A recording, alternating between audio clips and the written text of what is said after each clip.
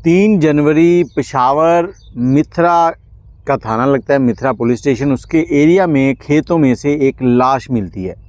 Police उस लाश को देखती है और देखने के बाद एक एफआईआर लॉन्च करती है और ये पता चलता है कि ये लाश जो है ये ज़ैनब की है। अब कहानी क्या हुई वो सारी आपको सुनाते हैं। हिदायतुल्लाह नामी शख्स और ज़ैनब जब 20 साल की थी, हिदायतुल्लाह की इससे शादी हुई और इस शादी को तकरीबन 15 साल हो गए। ये शादी 2010 में हुई थी। अब इन दोनों की शादी हो गई। शादी के बाद इनके मामलात ऐसे थे कि हिदायतुल्लाह बड़ा सख्त था और ये कह लें कि हर बात के ऊपर लड़ाई झगड़ा, बीवी को दबा के रखना, कई बार तो मारपीट भी होती थी। और इन्हीं 15 साल के अंदर इनके 3 बच्चे भी हो गए।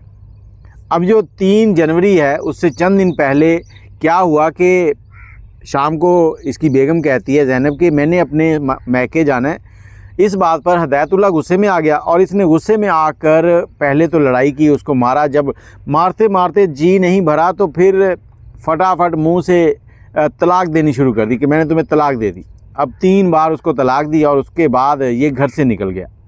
रात भर कहीं बाहर रहा। सुबह हुई, सुबह घर आया तो देखता है कि बेगम ने एक दरवाजे को अंदर से कुंडी लगा रखी है और ख़ामोशी से बैठी है। ये बाहर से उसे आवाज़ें देता है कि दरवाज़ा खोलो। वो दरवाज़ा नहीं खोलती। वो इसे कहती है कि मेरा तुमसे कोई तल्लक नहीं है, तुमने मुझे तलाक दे दी है। अब हिदायतुल्लाह कहता है कि मैंने तो तुम्हें सिर्फ गुस्से में कह दिया था, इसका कोई मतलब नहीं है, ऐसी कोई बात नहीं है, तुम क्यों परेशान हो, मैं तुम्हारा शौहर हूँ।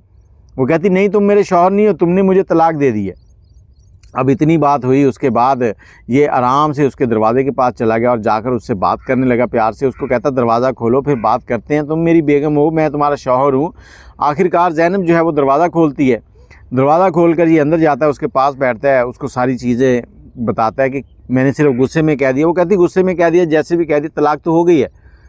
फिर ये कहता चलो इसका मैं कोई हल निकालता हूँ, तुमने अपने घर तो नहीं बताया। वो कहती मैंने फ़ोन किया था लेकिन फ़ोन किसी ने उठाया नहीं है, जैसे ही फ़ोन आता है तो मैं उनको बता दूंगी कि मुझे यहाँ से ले जाओ, बस बात ख़त्म।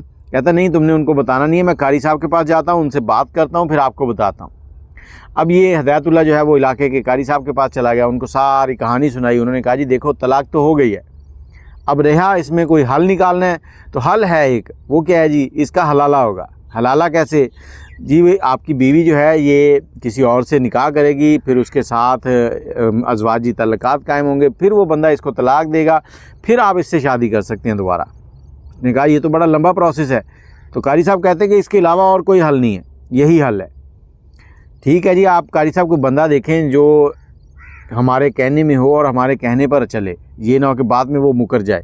कारी साहब ने एक बंदे का नाम बताया, उन्होंने कहा जी फ़लाँ शख्स है और उस शख्स के साथ मैं बात करता हूँ, बड़ा अच्छा आदमी है और मेरी बड़ी बात मानता है, तो उससे बात करते हैं, वो कर लेगा। अब इन्होंने बात की उससे, उसने कहा ठीक है।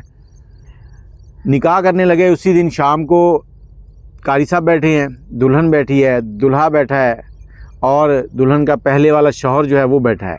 निकाह हो गया। निकाह के बाद वो जो दूल्हा था दूसरे वाला, वो एक फ़्लैट में रहता था, दुल्हन को वहाँ ले गया, रात वहाँ गुजारी है। तो अगले दिन सुबह सुबह हिदायतुल्लाह जो है वहाँ गया है और जाकर वहाँ पे दरवाज़ा नोक करता है। पता चलता है दरवाज़ा तो लॉक है, वहाँ पे कोई है ही नहीं, वहाँ पर कोई नहीं है। ये वापस आ जाता है कारी साहब के पास। कारी साहब को कहता है कि वो तो वहाँ पर है ही नहीं, हमने तो उसे कहा था एक रात के लिए दुल्हन तुम्हारी है। अब कारी साहब भी परेशान है, फ़ोन करते हैं, फ़ोन बंद है।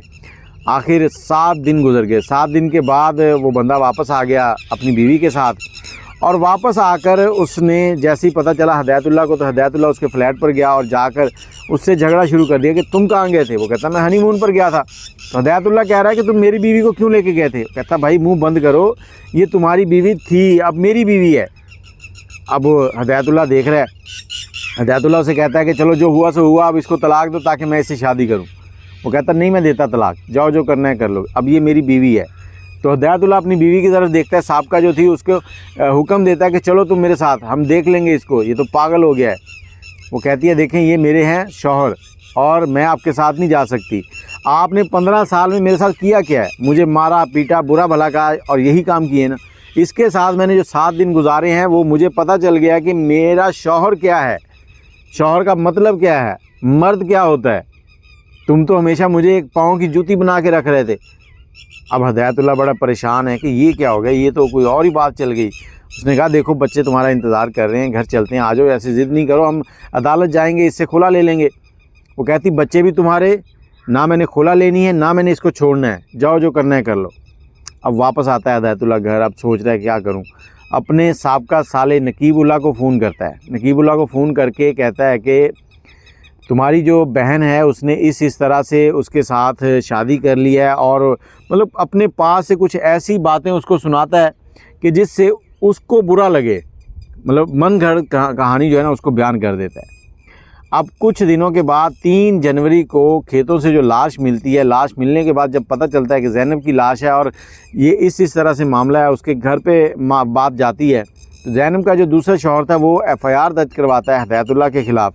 हिदायतुल्लाह को अरेस्ट किया जाता है। तो हिदायतुल्लाह वहाँ पर ये बयान देता है कि इसको मैंने नहीं कत्ल किया, इसको तो इसके भाई नकीबुल्लाह ने गैरत के नाम पर कत्ल किया है। अब उसके भाई को गिरफ़्तार किया जाएगा। तो ये सारी कहानी हुई है, लेकिन ये कहानी आपको सुनाने का मकसद सिर्फ ये है कि देखें ये हलाले का जो चक्कर है ये किस तरह से लोगों के घर उजाड़ रहा है। एक हलाले के चक्कर में 3 घर ख़राब हो गए, पहला शौहर का, दूसरे शौहर का, और तीसरा माँ बाप का घर, जहाँ से एक बेटा जेल चला जाएगा। तो ये सारी कहानी हुई मिथरा पुलिस स्टेशन के एरिया में। कहते हैं कि पहले तोलो फिर बोलो, ज़ुबान से निकली हुई अल्फाज जो है ना वो वापस नहीं आते। कमान से निकला हुआ तीर और ज़ुबान से निकले हुए अल्फाज जो हैं वो वापस नहीं आते, इसलिए पहले तोल लिया करो फिर बोला करो।